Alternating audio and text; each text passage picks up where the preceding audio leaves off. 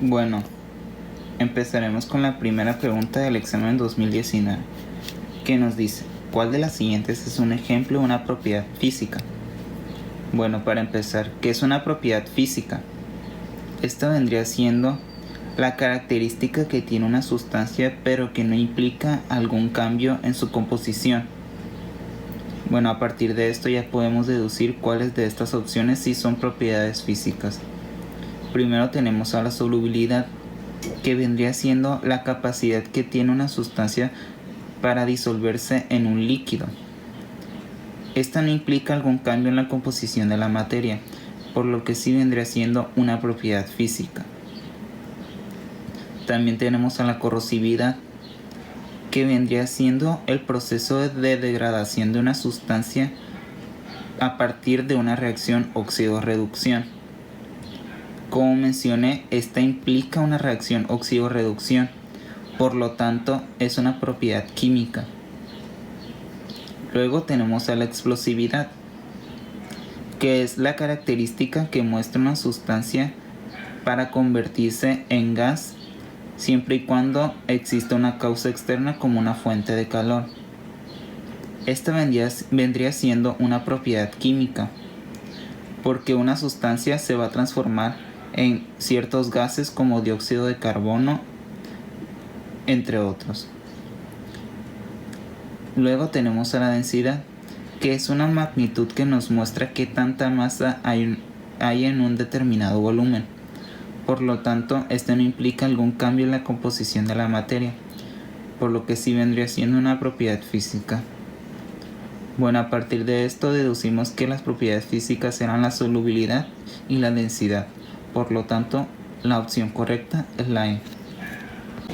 Bueno, en el segundo problema tenemos ¿cuál de las siguientes representa la mayor cantidad de masa?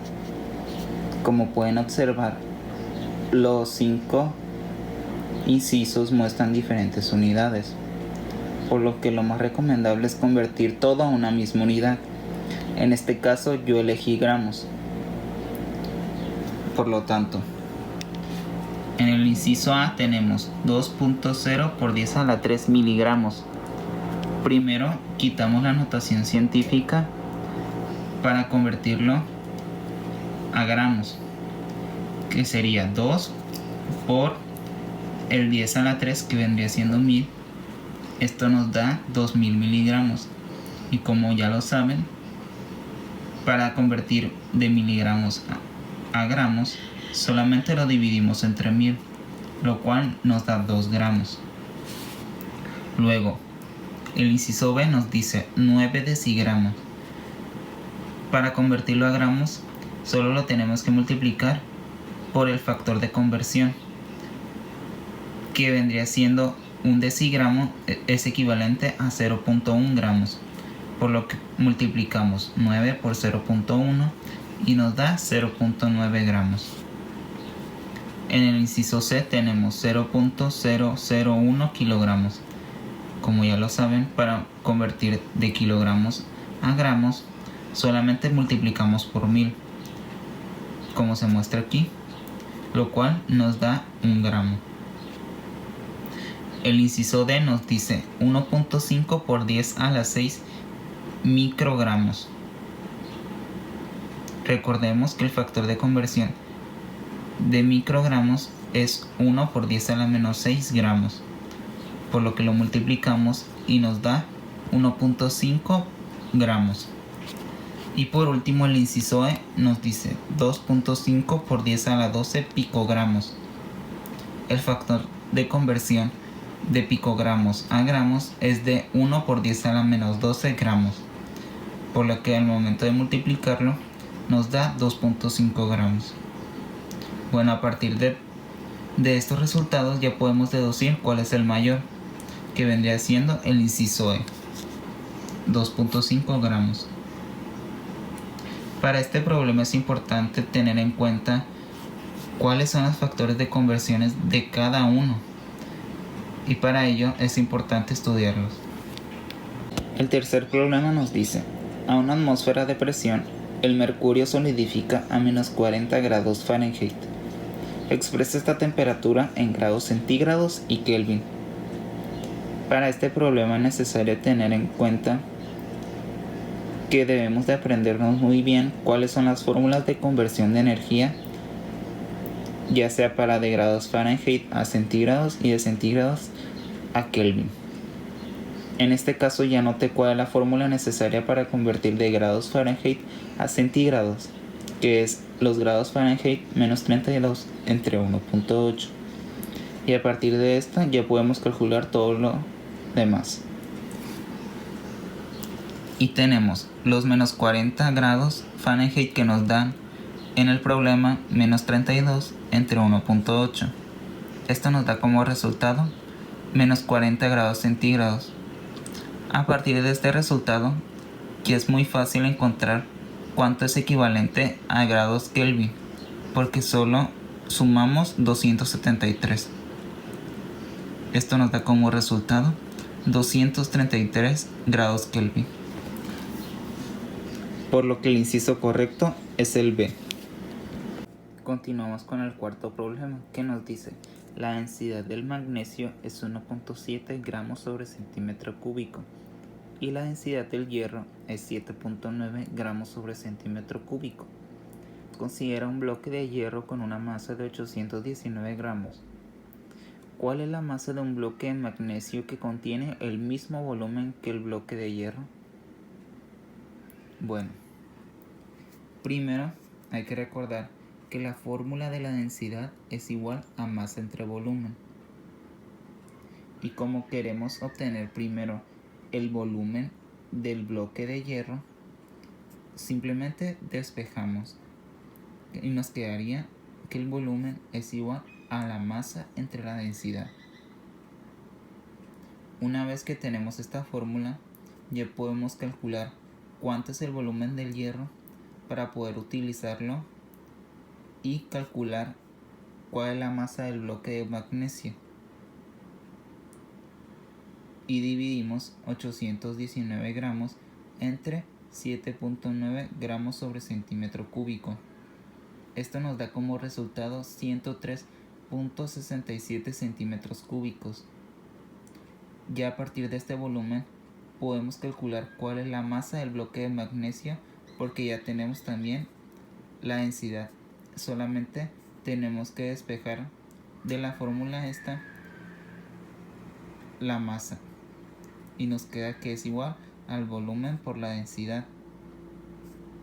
Por lo tanto, el 103.67 centímetros cúbicos ahora lo vamos a multiplicar por la densidad del magnesio y nos da como resultado 176.23 gramos.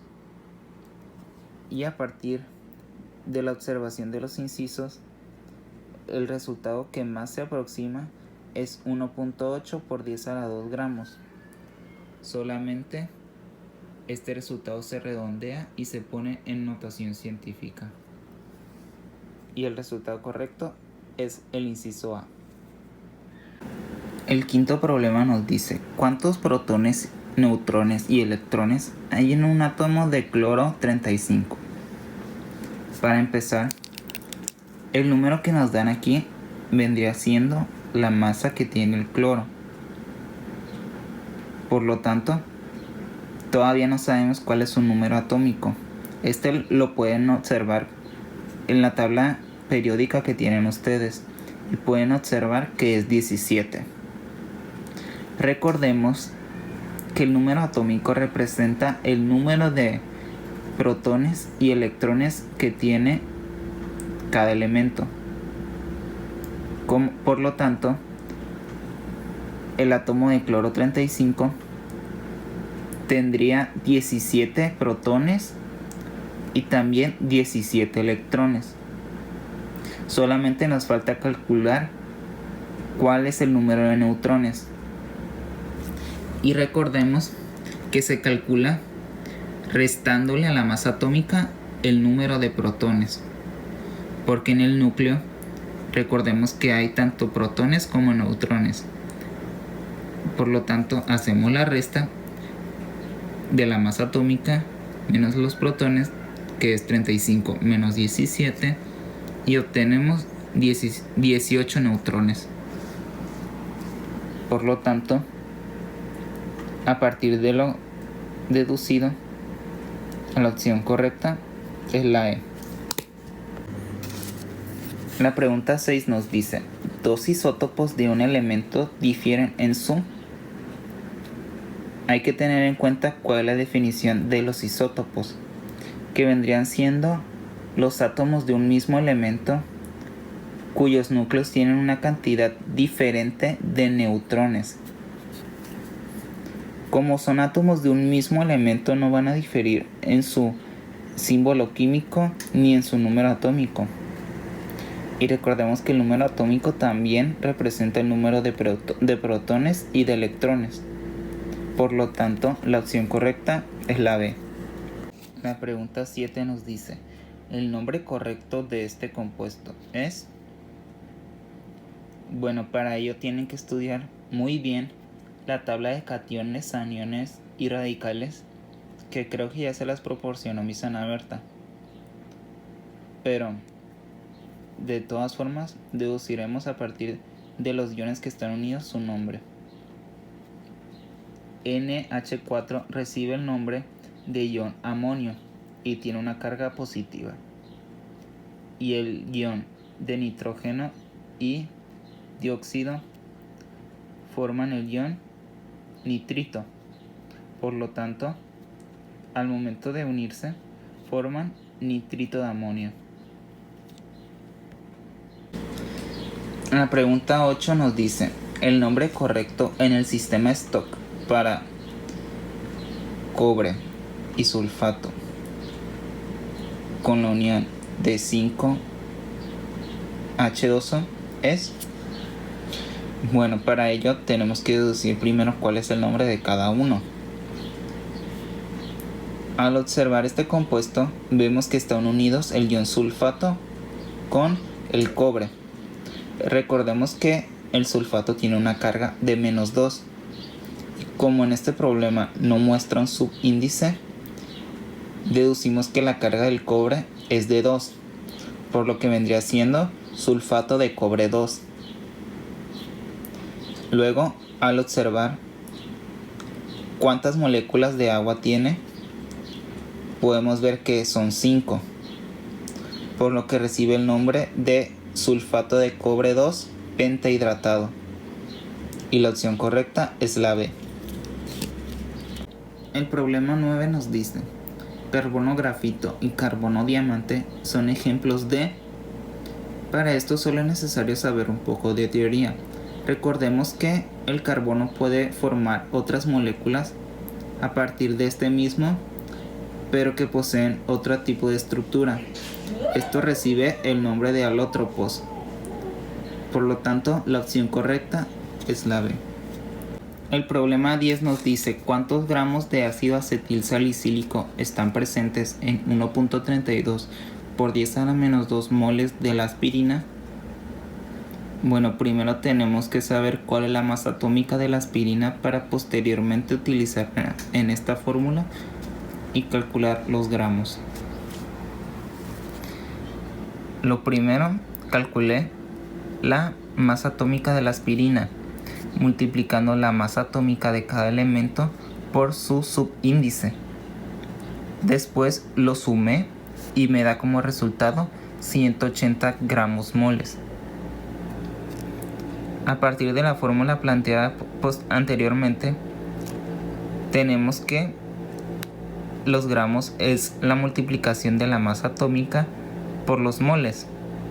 Por lo tanto, 180 gramos mol por 1.32 por 10 a la menos 2 moles me da como resultado 2.38 gramos. Por lo que el inciso correcto es el B.